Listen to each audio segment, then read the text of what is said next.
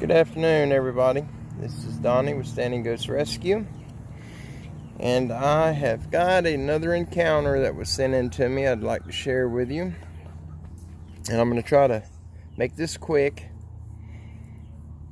We've got to run a few towns over and go pick up a load of feed, and I want to get this done before we leave. We've got a little bit of rain coming now, so here we go.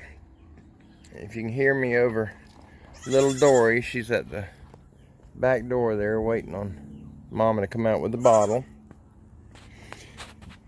It says, "Hello, I live in Ketchum, Idaho with my elderly parents on a small 21-acre farm. I wish to remain anonymous, so if you don't mind, please leave my name out. Mom and Dad own this home since the late 30s. They bought it with 6 acres, then purchased the adjacent 15 acres when the old lady that owned it passed away. Dad cleared roughly 16 acres for pasture and garden back when I was a young buck. Dad's mentality declined sharply around the late 90s, so my 10-year-old daughter and I moved in to help Mom with maintaining the farm and to help her out with Dad. Through the years of living here, we have always heard loud cries coming from the hills surrounding the property. And Dad would always smile when we heard it, and he would say, "The mountain people are waking up again." As children, we never thought anything of it. After all, we were considered mountain people in our minds.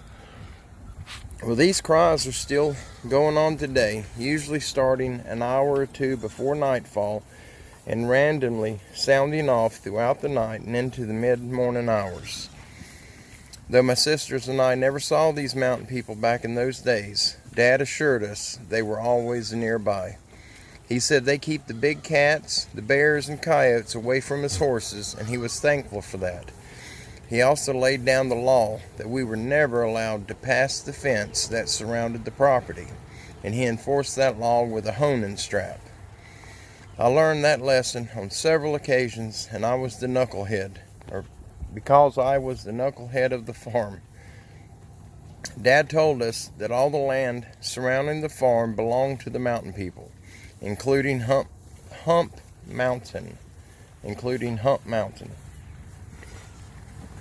He said they were the security patrol for the farm and mountain. If they caught us on that property, they would take us away to a prison deep in a dark cave, and they would never let you out. There were several people they put into that prison that had never been seen again. This frightened us to the bone, so we gladly stayed near home. Once I became a young adult, I figured that Dad was just telling us that story so we wouldn't wander off and get lost in the timbers of the mountains. But I still didn't know about the cries. Was there really mountain people that slept throughout the day? If so, why would they cry out so loudly when they woke up? I never got an answer that settled with me. Well, what now? March 15th, 2019. This beautiful spring day was day one of my attempts at establishing a small garden to keep me busy when I wasn't helping my mom. I dragged an old plastic olive barrel over to the area I was building my garden. I needed a place to set my glass of tea and smokes. My garden would be between the barn and house, about 50 feet from both buildings. I worked straight through lunchtime and into the late afternoon before real hunger set in, and I stopped to go make myself something to eat. I propped my hoe, shovel, pick, and rake up against the olive barrel with my smokes and large glass of iced tea on top. This garden was straight off the back corner of the house and front corner of the barn, so I would walk right alongside it when I went to the barn, which was the perfect location in my mind. Now, from the kitchen sink window, I couldn't see the garden, but I could see the shadow of the olive barrel and hand tools. Even the large glass of tea cast a perfect shadow. After finishing with sandwich making, I was washing the knife and my hands when I noticed that my glass of tea wasn't casting a shadow anymore.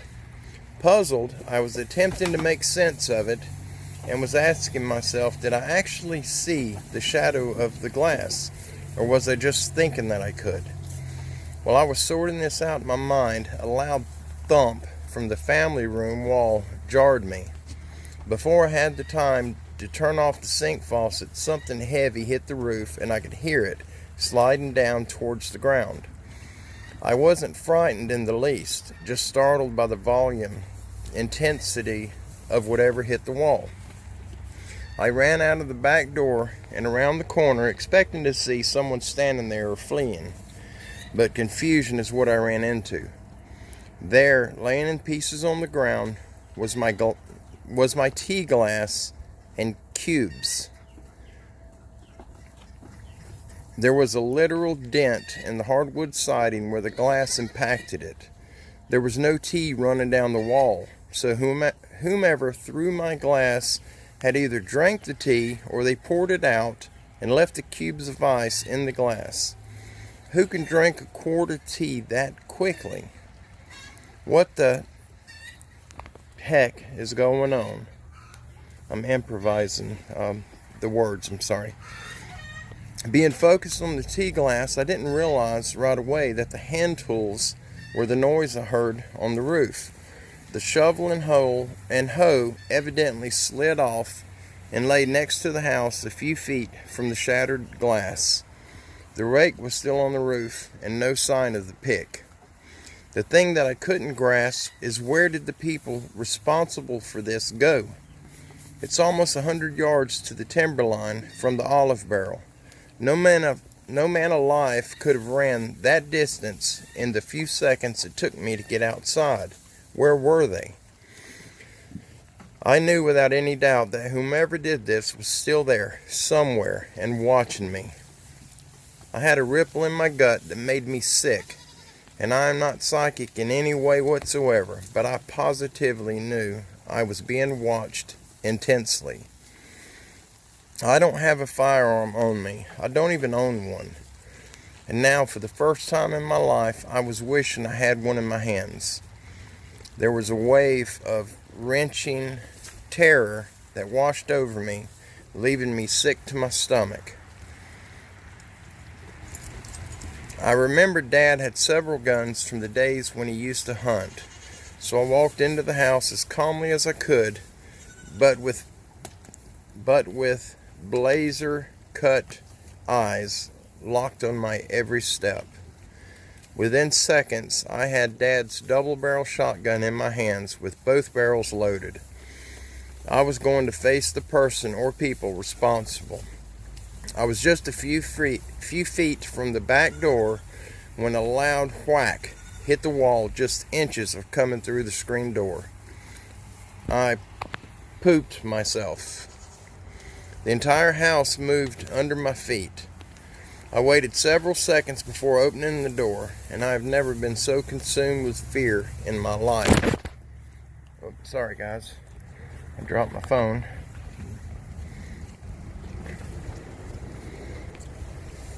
Oh. I've never been so consumed with fear in all my life. I peeked through the screen door until I could see that nobody was waiting for me to step out, so I slowly opened it and exited. The olive barrel was what hit the back of the house, hard enough that it split the bottom corner of the barrel. I walked out into the yard to give a wide berth before going towards the side of the house. And holy crap, there was a gigantic black hair-covered man standing in the middle of my garden. It was staring at me with an intent in his eyes of death. I was frozen. My body refused the run orders. My brain was screaming out. And I don't know if it was seconds or minutes that I stood there in this stupor. But when he belted out that bone-shattering scream, I snapped out of my comatose state. I swung the business end of that double-barrel shotgun towards him, instantly pulling both triggers. Nothing. No boom, no bang, just nothing. Somehow, I either didn't close the action correctly or accidentally opened it when I swung it upwards, but both shotgun bullets dumped out on the ground. This hairy demon jumped towards me, which closed the gap from 30 feet to maybe 10 in one leap. And I ran with everything I had within me back into the house. I locked the door and backed away, anticipating his explosive entrance was about to happen. But silence followed. Within a few minutes later, I heard loud whumping, W-H-U-M-P-I-N-G, whumping steps as it circled the house several times, and then silence again. I called the local sheriff's department, and they sent a young deputy over, and I explained exactly what happened and what I saw, is expecting a reaction from him of non-belief. To my surprise, he told me about his family having the same issues. He said that most of this small town is experiencing these same creatures. I was warned not to ever pull a gun or shoot at them unless there's positively no other way out. This young man left me a to-do list, which included the installation of cameras and lights around the house. He said to mount them on top of the roof out of their reach. The cameras are not for capturing video of them, but rather to keep them away. He said that the infrared light from the camera is like a wall. They can see it, like all other animals, but they are afraid of it. The rest of the list was basically the same thing you do to keep bears away. Leave nothing outside that they will use as food. It was several weeks later before anything else happened, but it was another odd event. Not fearful. Dad's old pick that disappeared that day, it was returned. I stepped out of the back door to sit on the steps and finish my coffee. Halfway between the house and the barn, I saw something sitting on the grass. As I approached it, my stomach started to shake. There on the ground was 4 large tan gourds or some type of squash, and Dad's pick laying with them. This was my personal introduction to the Sasquatch, or as my dad calls them, the mountain people. P.S. For your listeners, please do not be a fool about these things. They are not pets, and you cannot train them. There's nothing to be gained from them but a lot of heartache for your loved ones. People do disappear because of these things. And I can almost promise you that they don't end up in a paradise. More probable you'll end up being a mill. My advice for anyone willing to receive it is this: leave them alone. Avoid them at all costs. If you cannot get away from them, pray forgiveness and repent immediately, because it's highly likely that you are about to meet your fate head on. And then he closes by saying, Donnie, thank you for sharing your beautiful life and for providing a safe place for people like me and those that have had an encounter with the devil to unload it. We cannot keep these events locked inside us because they are just damaging to our well-being as the actual encounter is. This is my story. Thank you for listening. Signed, Out in the Middle of Nowhere. That was fascinating to me. Absolutely fascinating. And I know most of you guys have heard many accounts of them being mountain people or forest people, bush people. There's so many different names that people have given them of what they are. None of us truly know. They're giants. They impact our lives. And they can definitely set you in a way that you live a long life with PTSD. You live with nightmares. It destroys the desire to be out in nature. And many of us, like me, I'm absolutely terrified to be out in the forest at sundown. And it's all due to the encounter that I had with these things. Well, I just wanted to share this with you. I hope you guys find it as interesting as I did. And hopefully we'll get some more encounters like that. It's all the encounters are bad encounters, but when the people aren't harmed and they live to see another day, that's a success. And whatever we can do to help these people get the word out and to share their story, to unload it so they're not carrying that baggage around with them, then we'll do it. If y'all have had an encounter and you'd like to share with me, if you want me to narrate it on here, I'm not nowhere near as good at narrating these things as most channels, but I do my best. You can email them to me. My email is standinggoatsrescue@outlook.com, and you're more than welcome to send your encounter or just email me to say hello. I'm open to everybody. It may take me a little bit to get back to you, but I try to get back to everyone. Thank y'all for being a part of Standing Goats Rescue and a part of our family. We love each and every one of you. And I hope that every one of you guys has a wonderful day today, a wonderful weekend, and happy Father's Day to the dads out there. And God bless each and every one of you. And until next time, you guys be safe.